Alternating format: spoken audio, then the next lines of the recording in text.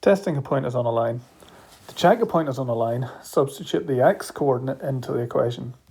If the y coordinate corresponds, then the point is on the line, otherwise it's not. So this is really quite straightforward. In the coordinate 1, 5, the 1 represents an x and the 5 represents a y.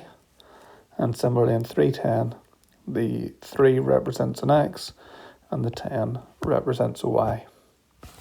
So if we've got the equation for the point 1, 5, if we substitute those in, the x coordinate in, we get y equals 4 times 1 minus 2.